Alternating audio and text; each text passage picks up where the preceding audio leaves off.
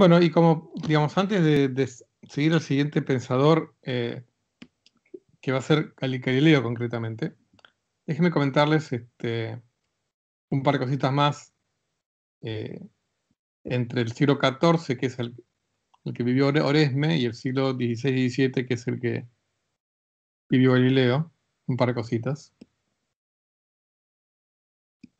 Y yo les comenté de paso que con Newton viene la consumación de la revolución científica y que uno de los productos que trae esa revolución es la noción de tiempo absoluto, ¿no? Que fluye independientemente de lo que pase, ¿no? Pero digamos, eso para mí merece un pequeño comentario previo, que es que se fue creando, si quieren, el caldo de cultivo para ese tiempo absoluto de Newton, que un poco también lo va a adoptar, aunque más tácitamente, Galileo, que es el hecho de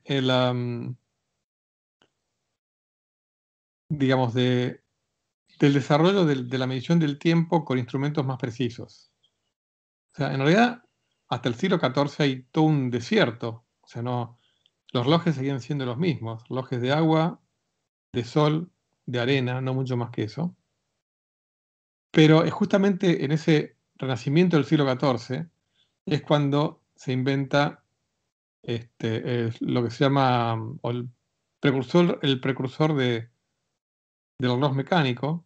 En realidad, reloj mecánico, pero digamos, lo que pasa es que los primeros relojes mecánicos son gigantes, ¿no? Y se basa en el mecanismo, digamos, o sea, se llama del foliot, que es una palabra que deriva del francés, el faire le fou, que es como que dar vueltas como un loco. Este mecanismo también se le conoce como escape Berge, o Berger, perdón, que ese escape es perpendicular al eje del giro principal del reloj. Tiene que ver con una rueda dentada que está en la parte superior.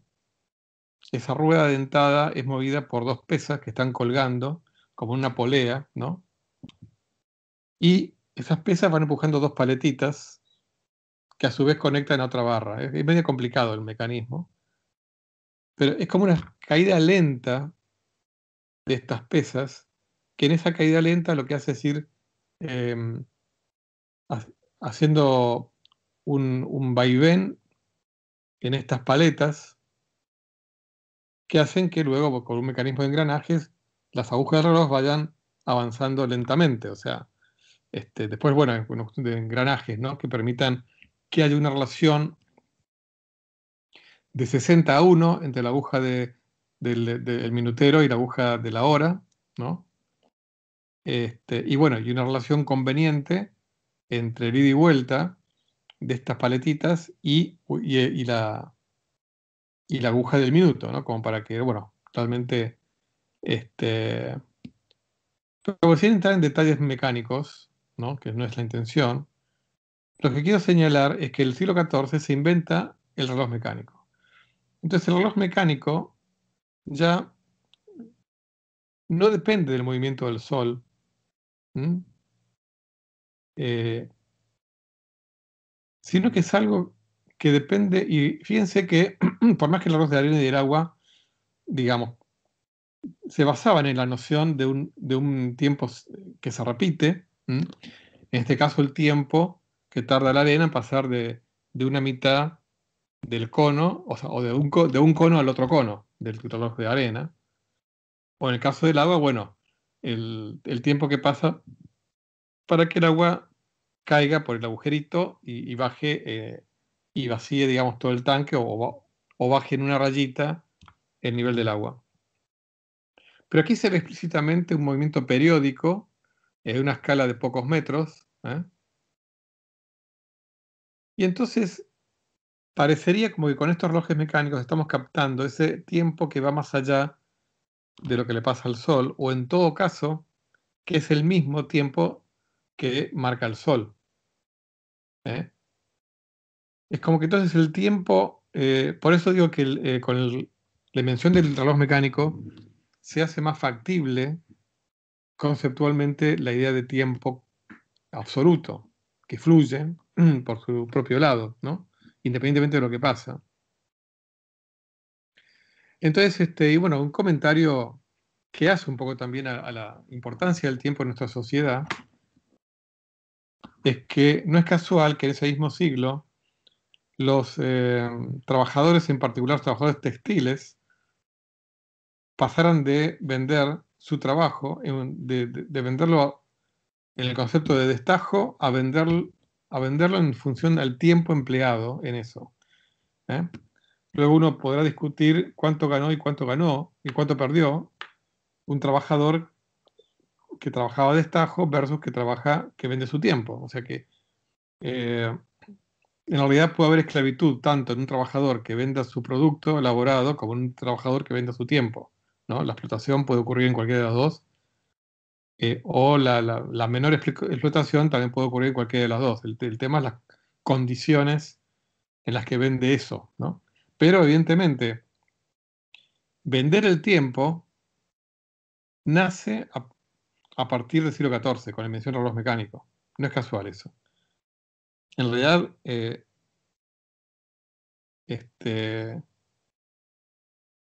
vender el tiempo cuantificado dentro de cada día, porque obviamente yo no digo que no, obviamente había trabajadores que no eran esclavos. El esclavo directamente no es que vende nada, es como que entrega su vida a su amo, pero el trabajador en la época griega o el Imperio Romano, por supuesto que vendía sus productos, ¿no? O, en el caso de un soldado romano, tenía un salario por el hecho de ser soldado y dedicar buena parte de su tiempo a su labor, a la que sea, ¿no? Pero eso era, eh, digamos, un rol, no cuántas horas trabajaba por día, sino un rol, qué cosas tenía que hacer, la dedicación, ¿no? No la cantidad de horas. O sea, aquí se establece ya el tiempo bien cuantitativo dentro de cada día. ¿m? Incluso la hora que antes, digamos, la hora, bueno, tiene una historia larga, pero digamos, eh, la hora, por ejemplo, de los egipcios variaba según la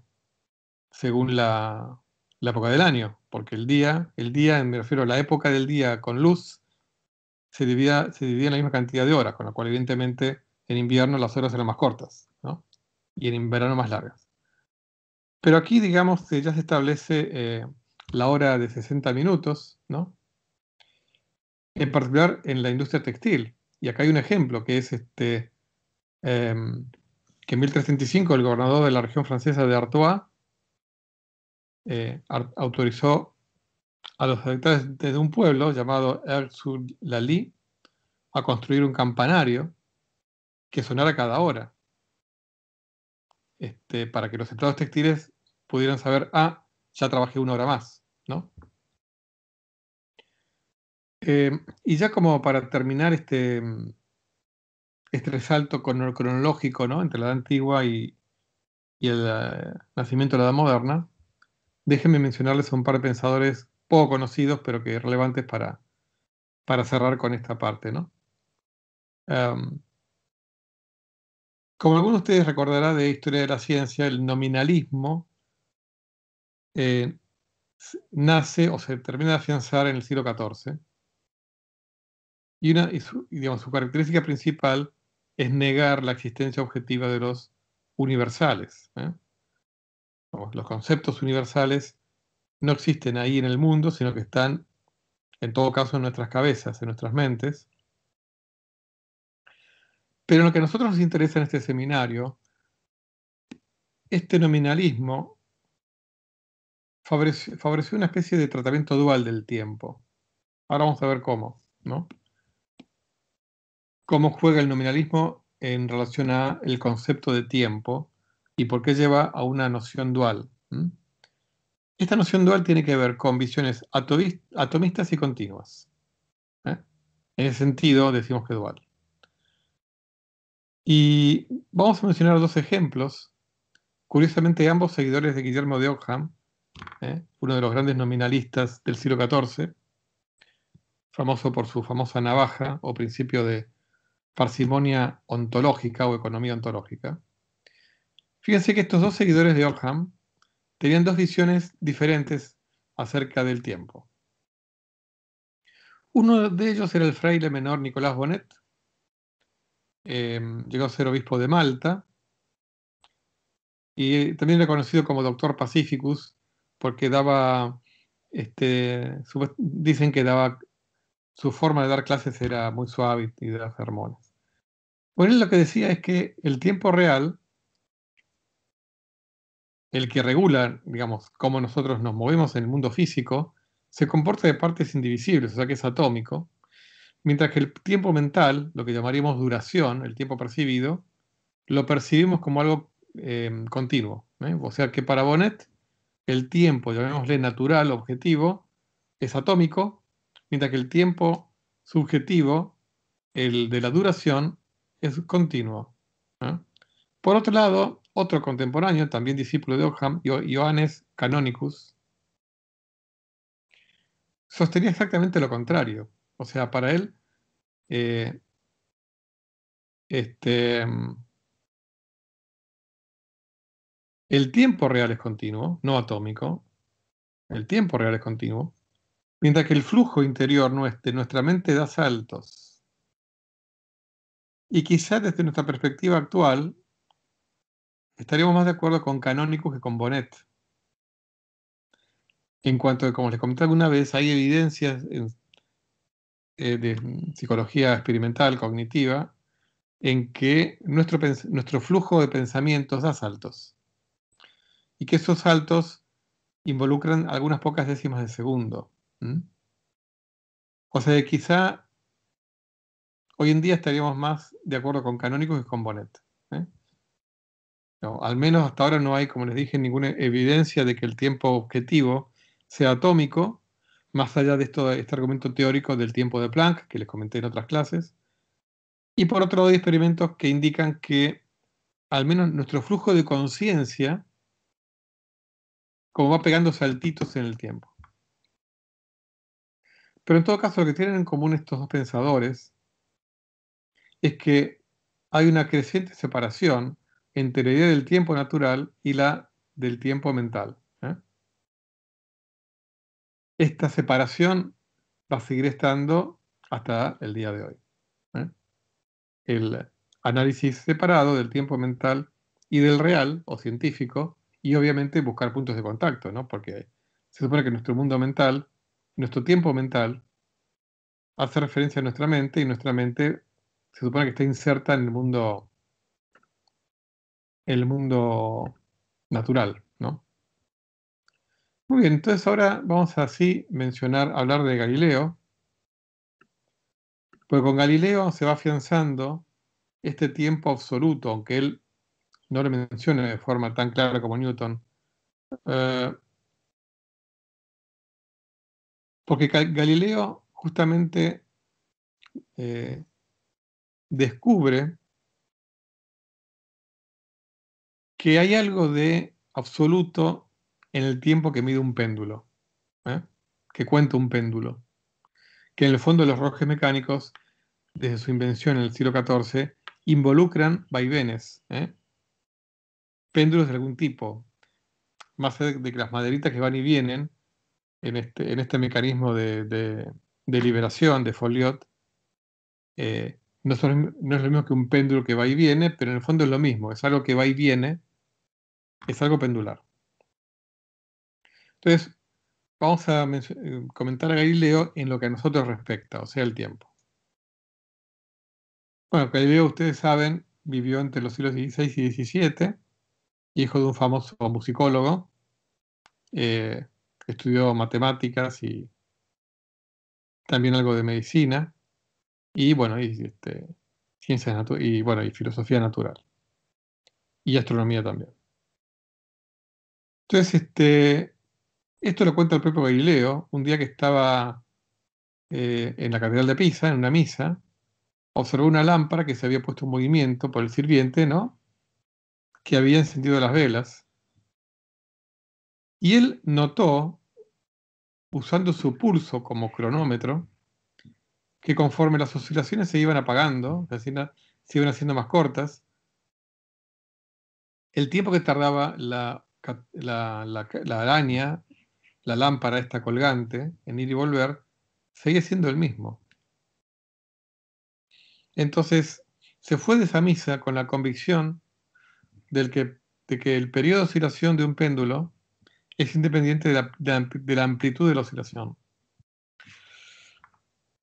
Y cuando volvió a su casa empezó a hacer experimentos con cuerdas obviamente más cortas que la de la catedral, porque la catedral, alguno de ustedes recordará, el periodo de un péndulo aumenta con la raíz cuadrada de la longitud de la cuerda, con lo cual eh, el periodo de ese péndulo de la catedral era mucho más largo, el periodo, que el de los experimentos que podría haber hecho Galileo en su casa, con cuerdas mucho más cortas. Pero bueno, como va con la raíz cuadrada, si Galileo, realmente no sé qué longitud tuvo sus experimentos, pero supongamos que la altura del techo de su casa, o al revés, que la altura de donde estaba colgando esa lámpara de la catedral fuera 16 veces mayor que la altura del techo de su casa. Como va con la raíz cuadrada de 16 es 4. Entonces, si el periodo de la catedral, digo cualquier cosa, si el tiempo que tardaba en ir y volver, ¿no? El péndulo de la catedral eh, era de 4 segundos, bueno, por ahí en su casa lograba un péndulo que tuviera un periodo de 1 segundo. Quizás de la catedral sería mayor aún, porque si la altura es grande, por ahí incluso si el techo de Galileo tuviera más de 2 metros, por ahí podría lograr un periodo de algunos segundos, no de 1 segundo, sino de algunos segundos. Bueno, la cuestión es que hizo experimentos y comprobó que efectivamente el periodo de oscilación es independiente de la amplitud, ¿no? De la amplitud de oscilación. Sí depende de la longitud de la cuerda, pero no de la amplitud, ¿no? Entonces, él sugirió usar un péndulo con una longitud para medir el latido del pulso de los pacientes, que luego se conoció el aparato como pulsómetro. Bueno, luego iba a haber correcciones a esta ley de Galileo porque digamos, luego se supo que en realidad para amplitudes muy grandes el periodo sí empieza a hacerse un poquitito más largo, pero eso es para ya amplitudes de oscilación bastante grandes o digamos ya que pasen a ser comparables con la longitud del péndulo, pero para oscilaciones pequeñas, que sean mucho más pequeñas que la longitud del péndulo, no importa el tamaño de la amplitud, el periodo es el mismo. O sea que con esto, digamos, Galileo le da un carácter más cercano al tiempo, a contar oscilaciones de un péndulo y medir el tiempo, ¿no? Pues al fin y al cabo, con Galileo empieza a surgir la idea de tiempo absoluto y de que yo me acerco al tiempo absoluto cuanto más estable es el aparato cuya oscilación uso para medir el tiempo. O sea, si yo construyo un aparato que después puedo construir otro igual y veo que entre los dos no atrasan entre sí, intuitivamente siento que estoy midiendo cada vez más ese tiempo absoluto, objetivo, que está ahí, que fluye, ¿no? Igual para todos, ¿no? Y bueno, y como, digamos, otro aspecto de Galileo en relación al tiempo es el poder analizar lo que es el movimiento uniforme y el movimiento uniformemente acelerado. ¿eh? Estos son gráficos originales de Galileo. Digamos, este es un, son gráficos que involucran a un movimiento uniformemente acelerado, ¿eh? Que es el caso de un objeto que cae libremente en la Tierra. O sea, como la gravedad es una aceleración, despreciando la resistencia del aire, el ritmo con que aumenta la velocidad es constante. Eso significa que es un movimiento uniformemente acelerado. Digamos, la cantidad con que aumenta la velocidad de un objeto que cae, segundo tras segundo, sigue siendo la misma. O sea que si cae a, no sé, si ahora cae a 5 kilómetros por hora y dentro de un segundo aumenta a 10 kilómetros por hora, dentro de 2 segundos va a aumentar a 15 segundos a kilómetros por hora, dentro de 3 segundos a 20 kilómetros por hora. O sea, eh, en realidad, concretamente, la aceleración de la gravedad es de 9,8 metros por segundo al cuadrado, que significa que cada segundo que pasa, un objeto que cae libremente aumenta su velocidad en 1 metro por segundo más. ¿Eh? O sea que se iba a 10 metros por segundo, un segundo después va a ir a 11 metros por segundo, y otro segundo después va a ir a 12 metros por segundo. O sea, aumenta 1 metro por segundo su velocidad cada segundo que pasa, ¿no? Eso despreciando el roce del aire. Que eso lo podemos lograr, digamos, si tiramos materiales muy compactos, como algo de hierro, y que no involucre velocidades muy grandes, ¿no? Pero bueno, lo interesante es que Galileo analizó matemáticamente el movimiento uniformemente acelerado y graficó aquí o sea, la velocidad en función del tiempo, ¿eh? Esto es la velocidad, digamos, eh, estas rayas serían la magnitud de la velocidad, ¿no? Conforme transcurre el tiempo. Imagínense que el tiempo transcurre de arriba hacia abajo, transcurre el tiempo. Entonces, a medida que, entonces, por ejemplo, ¿no? Cada segmento es de un segundo. Entonces, acá pasó un segundo desde el instante inicial, acá pasó 2 segundos, 3 segundos, 4, 5. Y aquí la velocidad aumentó, pongámosle, a 1 metro por segundo, ¿no? Aquí aumentó a 2 metros por segundo, aquí a 3 metros por segundo, aquí a 4 metros por segundo. Acá va aumentando la velocidad. Galileo se dio cuenta de que la superficie por debajo de esta curva es igual al espacio total recorrido. La superficie esta, ¿no? Es la de un triángulo y tiene que ver digamos, con base por altura sobre 2, ¿no? Y cuando uno grafica la distancia recorrida, ¿no? Donde acá tengo, aquí, ahora voy a tener el tiempo en este eje.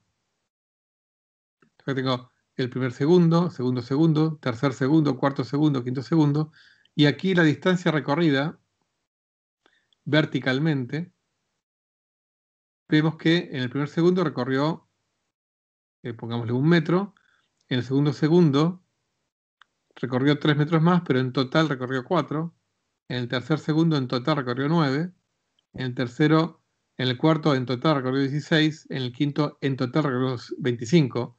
O sea que esto es 1 al cuadrado, 2 al cuadrado, 3 al cuadrado, 4 al cuadrado, 5 al cuadrado. La curva distancia recorrida en función de tiempo transcurrido es una parábola, va como el tiempo al cuadrado, ¿eh? Todo esto lo descubrió Galileo. Entonces, con Galileo se empieza a matematizar el tiempo, ¿eh? El tiempo se empieza a transformar en un eje de un sistema con dos coordenadas, espacio y tiempo, ¿eh?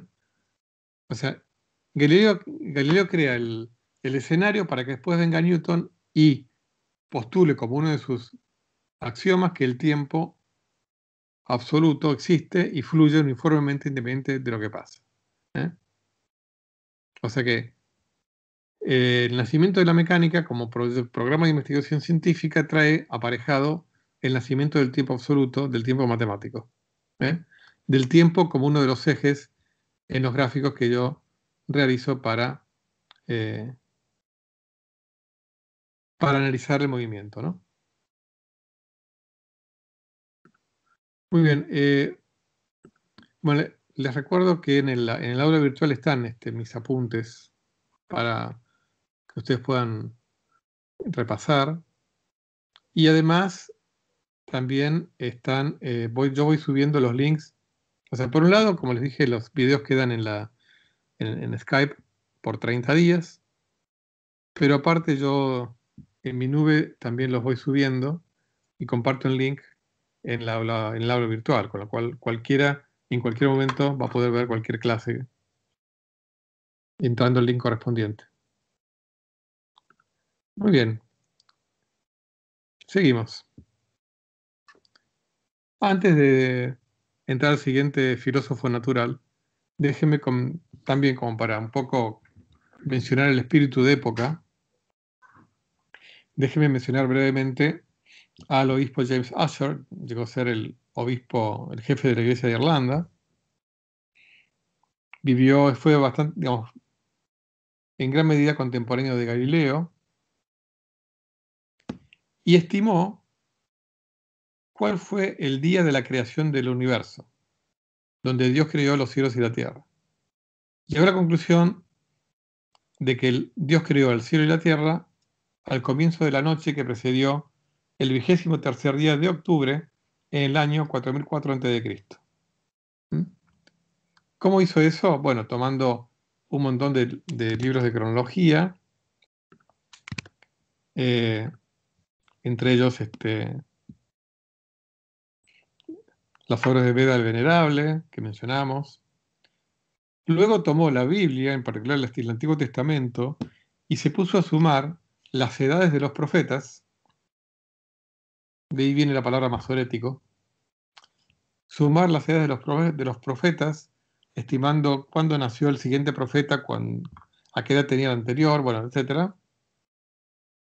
Y bueno, y estimó eso, ¿no? Entonces, en el mundo erudito eclesiástico y en el mundo en particular, la escala de tiempo que se tenía para el nacimiento de la creación misma era de pocos miles de años. O sea que para Asher, el tiempo, si hacemos caso a San Agustín, el tiempo había nacido junto con la creación, había empezado a contar, tic, tic, tic, tac, unos 5.600 años antes de que estimó la edad. O sea, habían nacido 5.600 años antes, ¿no? Del momento que estaba haciendo esa estimación. Esa era la escala de tiempo que tenía la sociedad en ese momento. El universo se creó hace pocos miles de años. Comparen con el gran año platónico de 26.000 años, ¿no? La idea de el gran ciclo de los estoicos, la idea de acá, el mundo cristiano del siglo XVII, el mundo había sido creado por Dios hacía unos menos de 6.000 años.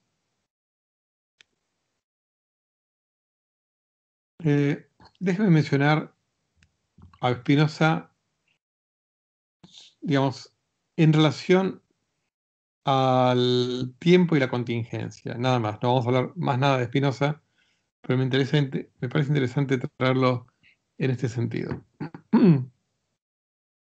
Hay un fragmento de la Ética de Spinoza, ¿no? La Ética según el orden geométrico, en donde habla del tiempo, pero en relación al carácter contingente o no del mundo, ¿no? Él dice lo siguiente. Además dice, nadie duda que imaginemos el tiempo del hecho que imaginemos los cuerpos como en movimiento, unos más lentos y otros más rápidos, y otros a la misma velocidad. ¿No? Dice Spinoza eso. Entonces dice, supongamos que un niño ayer vio a Pedro temprano en la mañana, a Pablo al mediodía y a Simón en la tarde. Luego hoy ve nuevamente a Pedro en la mañana. Entonces, dice Spinoza, es evidente que este niño, tan pronto como vea la luz de la mañana, imaginará que el sol pasará por las mismas partes del cielo cuando lo vio el día anterior. Eso lo compartimos todos, ¿no?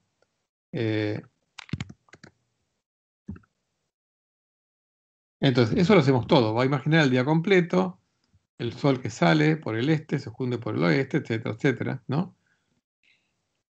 Ahora, con su imaginación de la mañana se imaginará a Pedro, luego imaginará a Pablo y con la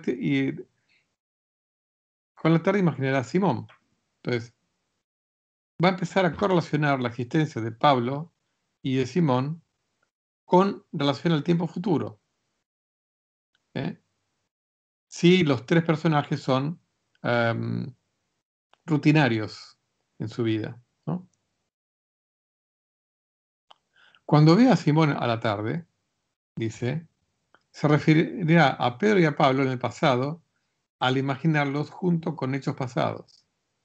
Pero si sucede que en otra tarde el niño ve a Santiago en vez de a Simón, en la siguiente mañana asociará en su imaginación de la tarde a veces a Simón, a veces a Santiago, pero no ambos juntos. Entonces, fíjense lo que dice Spinoza.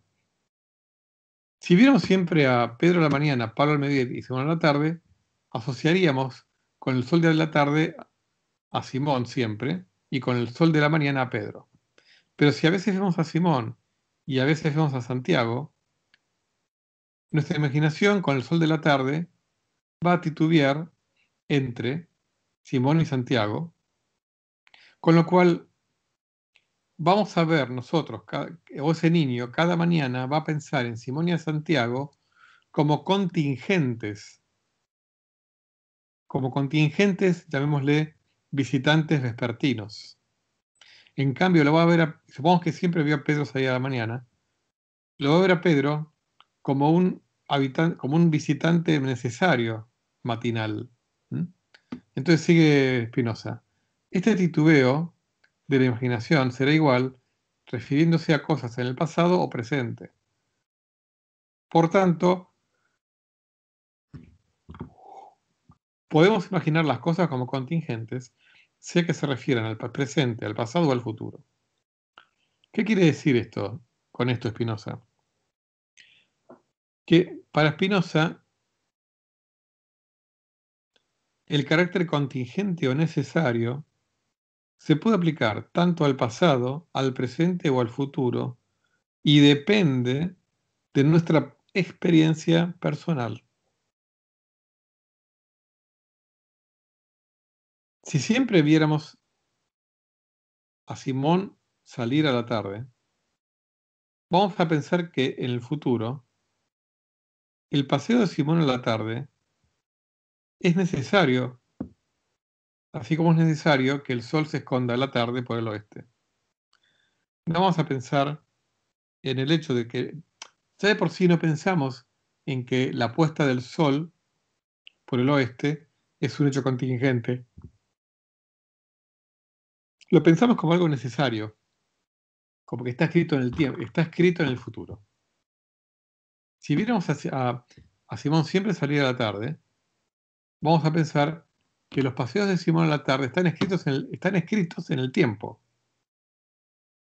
Todo esto lo dice Spinoza para señalar una de sus ideas, que era que la libertad es una ilusión y que la contingencia es un fenómeno subjetivo nuestro, que no hay contingencia en la creación. Pasado, presente y futuro son necesarios. Bueno, además ustedes saben que la idea que tenía Spinoza de la creación era panteísta, había una asimilación entre lo creado y el creador, pero aparte tenía un carácter necesario, y esa necesidad involucraba toda la historia del mundo. Entonces, no hay contingencia, o la contingencia es una sensación nuestra. No importa si pasada, presente o futura, es nuestra. El tiempo no trae novedad. Concluiríamos también, una de las consecuencias del pensamiento de Spinoza es: el tiempo no trae novedad, todo ya está escrito, el presente, el pasado y el futuro son aspectos de la creación, que son aspectos de Dios. Todo necesario. Así que, para Spinoza, claramente el tiempo no trae novedad. El tiempo es una característica de la creación, pero no trae novedad. Está todo escrito. Porque la historia misma es parte de Dios. Si el mundo es parte de Dios, su vida, su historia es parte de Dios. Y por tanto el tiempo también es parte de Dios. Está todo ahí, necesario. En algún sentido, atemporal, en el sentido de que el flujo es el flujo y la contingencia son fenómenos de nuestra subjetividad. ¿Mm?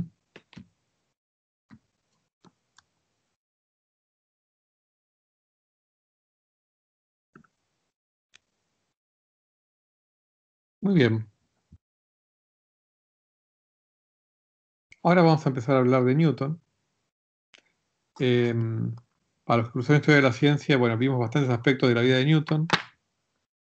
Pueden verlo en mis apuntes. Acá vamos a simplemente hablar de Newton en relación al tiempo. Y bueno, por supuesto, y esto también lo hemos comentado en el curso de Historia de la Ciencia, la frase que más nos compete a nosotros en este seminario es cuando Newton escribe acerca del tiempo absoluto, en su obra magna, Principios Matemáticos de la Filosofía Natural, ¿no? Cuando escribe que el tiempo absoluto verdadero y matemático, o sea que el tiempo absoluto es el tiempo verdadero, y es el tiempo matemático. O sea, el verdadero es el absoluto matemático. En sí, y por su propia naturaleza, sin relación a nada externo, fluye uniformemente y se dice con otro nombre duración. O sea que encima también es la duración. Con lo cual la duración es el tiempo absoluto. Y si alguno habla de su duración como algo dislocado respecto del tiempo, es porque tiene algún problema. El tiempo relativo, aparente y vulgar, es una medida sensible y exterior, precisa o imprecisa, de la duración mediante el movimiento, usada por el vulgo en lugar del verdadero tiempo, hora, día, mes y año. Es posible que no exista un movimiento uniforme con el cual medir exactamente el tiempo absoluto. Todos los movimientos pueden ser acelerados o retardados, pero el flujo del tiempo absoluto no puede ser alterado. O sea, él acepta, Newton, que no exista un reloj que marca exactamente el tiempo absoluto. Pero bueno, sí admite que podemos ir construyendo, mejorando la construcción de relojes que midan cada vez mejor ese tiempo absoluto. Pues todo reloj, no, como todo movimiento puede ser acelerado o retardado, y todo reloj también puede ser alterado, entonces ningún reloj nos va a garantizar la medida exacta de ese tiempo absoluto. Pero aquí Newton eleva la definición o las propiedades del tiempo absoluto a uno de sus axiomas. En realidad es una de sus nociones básicas. O sea, podemos embarcarla dentro más que de axiomas a nociones básicas. O sea, si quieren, hasta el tiempo absoluto de Newton es más básico que un axioma, porque es directamente una noción básica. ¿eh? Eh, bueno, como les dije en mis apuntes, están un poco algunos detalles de la vida de Newton. Pero aquí me va a interesar compartir con ustedes otra cita de Newton, que es interesante porque, eh, bueno, esta definición de tiempo absoluto está en el Scholium, eh, el escolio, eh, que es una especie de apartado donde aclara algunas ideas Newton. Bueno, entre otras cosas aclara nada menos que su idea del tiempo absoluto, ¿no? En otra parte del Scholium se extiende sobre el concepto de tiempo absoluto, que nos da mucha información, y ahora vamos a ver por qué. Él dice, el tiempo absoluto en astronomía se distingue del relativo mediante la ecuación o corrección del tiempo vulgar. La ecuación del tiempo en astronomía es un concepto muy importante, que tiene que ver con el tiempo de efemérides, el tiempo con el cual uno digamos, cómo uno relaciona el tiempo absoluto con las posiciones de los astros en el cielo. Esa relación es lo que se llama la ecuación de efemérides o la ecuación del tiempo, de la cual ya nos habla Newton acá en su obra de 1787, ¿no? Dice, dado que los días naturales no son verdaderamente uniformes, o sea, la Tierra no gira uniformemente, ya lo sabía Newton, aunque usualmente son considerados iguales y utilizados como medida del tiempo. Los astrónomos corrigen esta desigualdad mediante su deducción más precisa de los movimientos celestes. Es posible que no exista tal cosa como un movimiento uniforme, mediante el cual medir exactamente el tiempo. Todos los movimientos pueden ser acelerados o retardados, pero el verdadero o uniforme progreso del tiempo absoluto no está sujeto a cambio. La duración o perseverancia de la existencia de las cosas es la misma, tanto si los movimientos son rápidos o lentos, como si no los hubiese. Y por tanto se debería distinguir de lo que son solo sus medidas sensibles, de las cuales las obtenemos mediante la ecuación astronómica. La necesidad de esta ecuación para determinar el tiempo de un fenómeno se patentiza también tanto por el experimento del reloj de péndulo como por los eclipses de los satélites de Júpiter. Bueno, aquí les tengo que aclarar qué significa esto. Newton aplicó su teoría de la gravedad y su dinámica newtoniana a entender, explicar la ecuación de los planetas en sus órbitas alrededor del Sol, a la Luna en su órbita alrededor de la Tierra y a las lunas de Júpiter en sus órbitas alrededor de Júpiter. Entonces, él aplica sus ecuaciones, las resuelve, en las ecuaciones de Newton aparece el tiempo matemático absoluto T. Cuando las resuelve, aparecen varias incógnitas, las masas del Sol, de los planetas, la constante esa universal, ¿no? Entonces, obviamente Newton las podía resolver de una manera aproximada. Bueno, nosotros hoy en día también las resolvemos de manera aproximada, pero obviamente con mucha mejor aproximación. Entonces ahí aparecen soluciones a las ecuaciones de Newton. Las ecuaciones son ecuaciones diferenciales que involucran el análisis diferencial e integral. Entonces aparecen ecuaciones, básicamente aparecen posiciones de los planetas en el cielo en función del tiempo, ¿no? Entonces, el tiempo absoluto surge de invertir esas ecuaciones. O sea, la ecuación del tiempo es invertir las soluciones, despejando el tiempo absoluto en función de las posiciones de los planetas. A eso es lo que Newton llama la ecuación astronómica. Entonces, obviamente, esa función de todas las posiciones es una especie de reloj complicado, ¿no? Que Newton obtiene. Obviamente esa ecuación, como hay, digamos, errores en la resolución de las ecuaciones, producto de muchas cosas, de que hay limitaciones matemáticas para resolverlas, producto de que no conozco exactamente las masas de los planetas en relación a la masa del Sol, etcétera, etcétera, tienen sus imperfecciones, o sea, sus márgenes de error. Pero en principio esa ecuación es la que me vincula el tiempo absoluto de Newton con la posición de los planetas. Entonces, esto es lo que les quería, digamos, contar, digamos, sobre Newton. Este video, para que no se haga muy largo, lo vamos a ir cortando ahora. Después vamos a terminar con Newton brevemente, pero lo corto